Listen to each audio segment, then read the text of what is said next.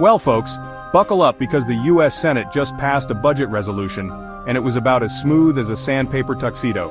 After an all-night session, the resolution squeaked through on a 52-48 vote, with all Democrats and lone Republican Senator Rand Paul voting against it. This resolution, my friends, is a real humdinger. It focuses on three key areas: border security, energy, and defense, all issues near and dear to the heart of you-know-who. This budget plan is a two-parter like a bloated superhero movie that nobody asked for. Part 1, the one they just passed, throws money at the border, energy, and defense. Part 2, the sequel we'll be subjected to later this year, is all about extending those sweet Trump tax cuts. You know, the ones that were supposed to expire in 2025, the ones that primarily benefit corporations and the wealthy. Yeah, those ones. Now, you might think passing a budget resolution is cause for celebration, like finding a $20 bill in your old jeans, but hold your horses because this is Washington, D.C. we're talking about. This is just the first act in a long, drawn-out political drama that's more tedious than a root canal. Remember that whole two-pronged approach the Senate seems so fond of? Well, the House of Representatives? Not a fan. House Speaker Mike Johnson has made it clear that the Senate's attempt to split the baby in half budget-wise just won't fly in his chamber. The House, in its infinite wisdom, prefers a single, comprehensive bill. One that tackles everything from tax cuts to border security in one fell swoop.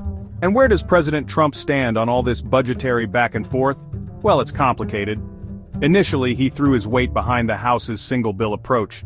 But after the Senate's all-nighter, he changed his tune, tweeting out praise for Majority Leader Thune and his Republican colleagues for their stellar work on, wait for it, border security funding.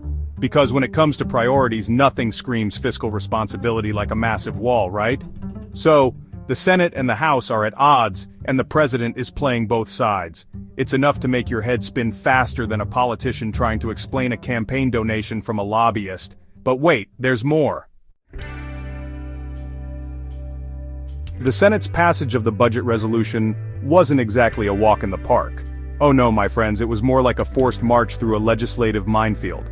The procedural vote triggered a 50-hour debate culminating in a glorious spectacle known as a vote-a-rama. This, my friends, is where things get really interesting. Or depending on your definition of interesting, excruciatingly dull. During a vote-a-rama, senators get to introduce and vote on a seemingly endless stream of amendments. It's like a legislative free-for-all, with each party trying to force the other into taking politically damaging votes. Republicans found themselves on the hot seat, forced to weigh in on issues they'd rather avoid, like climate change and healthcare. Democrats, meanwhile, used the opportunity to highlight what they see as the budget's many flaws, knowing full well that most of their amendments would be dead on arrival. But here's the kicker: the whole thing is largely symbolic. Sure, some amendments might squeak through, but for the most part it's just political theater. A way for each party to score points and paint the other as out of touch with the American people. Now, you didn't think the Democrats were just going to sit back and let the Republicans have all the fun, did you? Senate Minority Leader Chuck Schumer didn't mince words, slamming the Republican budget plan for favoring billionaires over hardworking families, and he's not wrong. This budget, with its massive tax cuts for the wealthy and corporations, is essentially a giant giveaway to those who need it least. But here's the thing: Republicans, with their slim majority in the Senate, hold all the cards. They're using a nifty little legislative tool called reconciliation to push through their agenda. Reconciliation allows them to pass budgetary measures with a simple majority, bypassing the usual 60-vote threshold needed to overcome a filibuster. In other words, they can pretty much do whatever they want. So, what's next? Well, the budget resolution now heads to the House, where it's likely to face stiff opposition. Then the real fun begins: negotiations, compromises, and probably a whole lot more political posturing. One thing's for sure, this budget battle is far from over.